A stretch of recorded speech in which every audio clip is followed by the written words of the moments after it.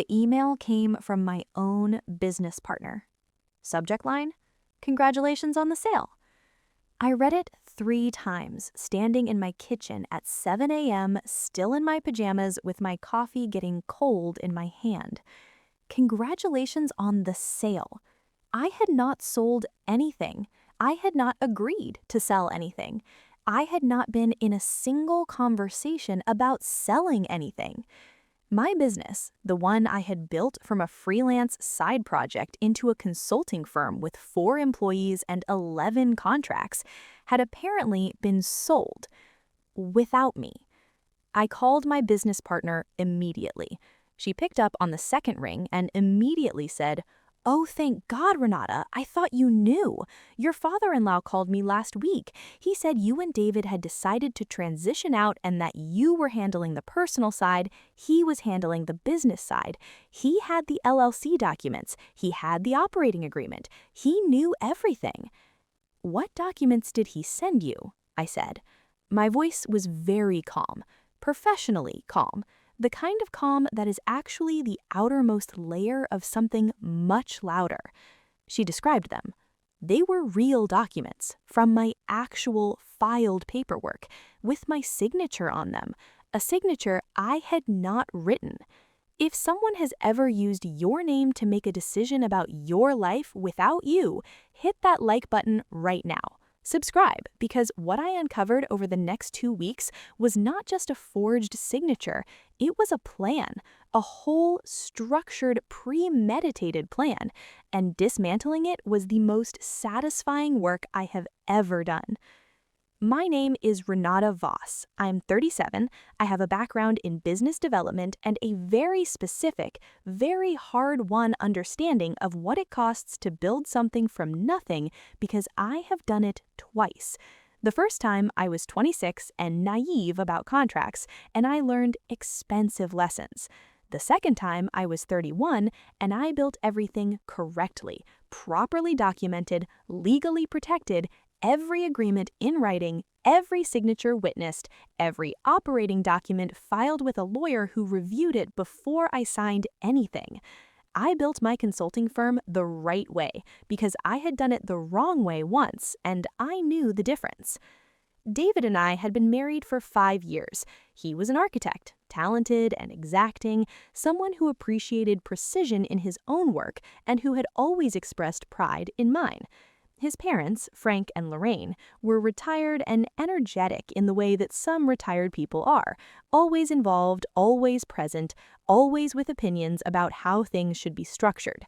Frank had spent his career in real estate and had strong feelings about business decisions that he expressed freely, regardless of whether they were his business decisions to have feelings about. I had managed this by being pleasant and noncommittal and changing the subject. It had worked well enough for 5 years because Frank's opinions had remained opinions, until they became actions. Here is what I pieced together over the 2 weeks following the congratulations email, through conversations with my business partner, my lawyer, the buyer's representative, and eventually through documents I obtained that I will describe in a moment.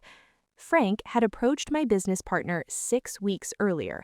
He had presented himself as acting on my behalf, citing a family decision to transition out of the firm so David and I could pursue other opportunities.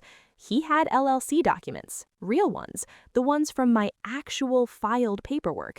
He had the operating agreement. He had a copy of my signature, lifted from a notarized document I had signed 2 years ago for an unrelated filing that Frank had witnessed at a family gathering and apparently photographed without my knowledge. He had used that signature on a letter of intent to sell. He had negotiated a sale price. He had accepted terms. He had moved a transaction forward to the point where my business partner had received a congratulations email, and I was standing in my kitchen in my pajamas, reading it like it was about someone else's life. The buyer was a firm Frank had connections with through his real estate network. The sale price was 60% of what my firm was actually worth. I put my cold coffee in the microwave and I called my attorney. She was at her desk early. I explained the situation, I described what my business partner had told me, and I described the documents Frank had apparently presented. My attorney asked me a series of precise questions, and then she said, quietly but very clearly, "Renata, what you are describing is fraud, document forgery, and unauthorized business transactions. This is serious." "I know," I said. "How do you want to handle it?" I thought about it for exactly 10 seconds. "Completely," I said. The documentation phase took 8 days. My attorney moved on multiple tracks simultaneously. She contacted the buyer's representative to notify them that the transaction had been conducted without the knowledge or authorization of the actual LLC owner, which immediately froze the sale. She filed a formal complaint with the state business registry regarding the fraudulent signature on the letter of intent.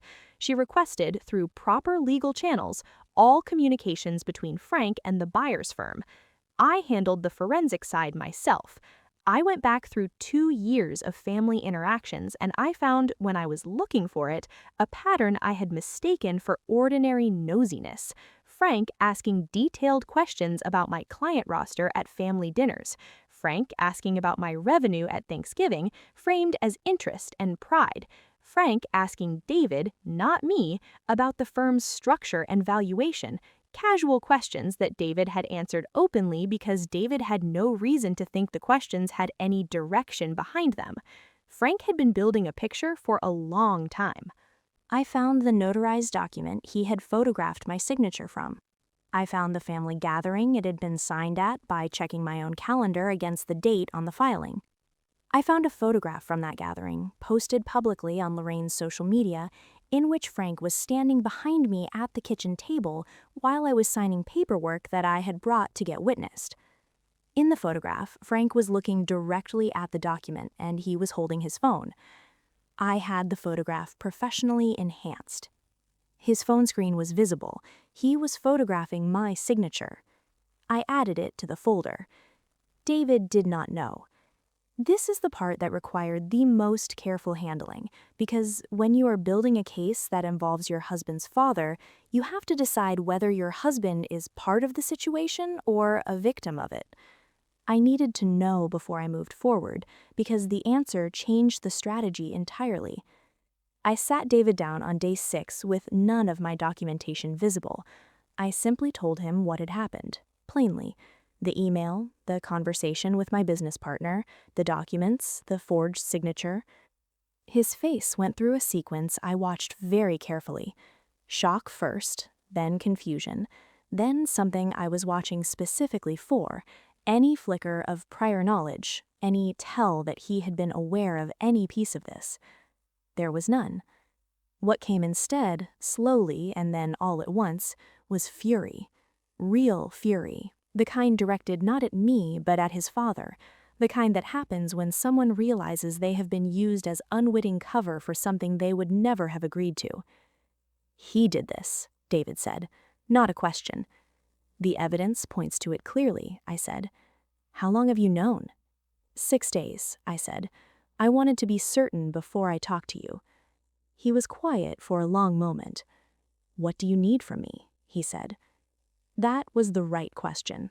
I knew then that David was not part of this, and I knew that what happened next was going to be a test of him in a way that nothing in our 5 years of marriage had been. "I need you to let me handle it," I said, "and I need you not to warn him." David looked at me. "Okay," he said. Day 8, my attorney was ready. The package she sent to Frank was thorough. It contained the evidence of the forged signature, including the enhanced photograph. It contained the documented communications between him and the buyer. It contained a formal legal notice that the transaction had been declared void by the actual LLC owner and that the buyer had been informed of the fraud. It contained a civil suit filing for damages covering the costs incurred by the attempted unauthorized sale, the legal fees, the business disruption, and the potential reputational damage to the firm that had resulted from a transaction conducted in its name without its owner's consent. It also contained, as a final page, a copy of the photograph from Lorraine's social media post, enhanced and printed clearly with the date and timestamp from the original post visible in the corner. Frank called David, not me, within an hour of receiving it. David let it go to voicemail.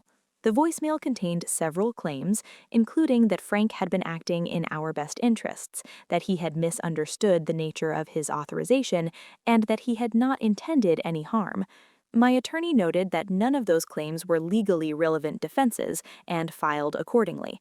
The civil case was settled before it went to court. Frank's attorney contacted mine within 3 weeks. The settlement covered every cost I had documented and then some, because Frank's attorney understood what the evidence looked like and understood that a courtroom was a worse outcome for his client than a settlement. Frank and Lorraine did not attend our next family gathering. David called his father once, briefly, after the settlement. I was not in the room for that conversation. I did not need to be. What I knew was that David had made every choice correctly when it mattered. He had believed me, helped me, stayed out of my way, and not warned his father. Those are not small things. Those are the things that reveal who someone actually is when the circumstances are real. My firm did not sell. My 4 employees still have jobs. My 11 contracts are intact. My operating agreement is filed correctly with updated security provisions that my attorney recommended and which I implemented the week after the settlement.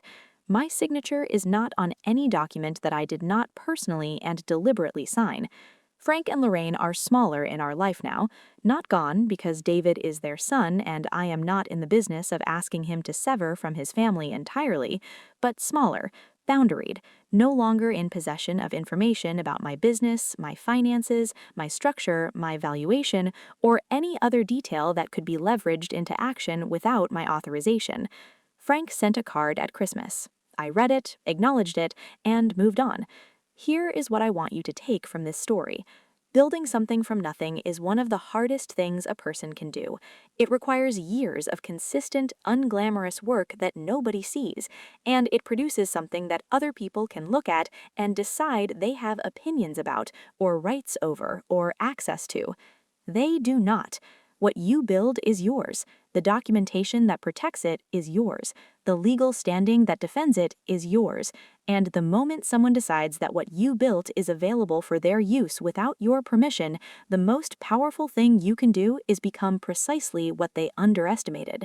I build things correctly. I protect them the same way.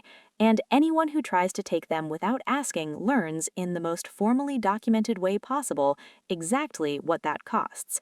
If this story made you feel that deep, specific satisfaction of watching someone's plan collapse on itself completely, hit that like button right now.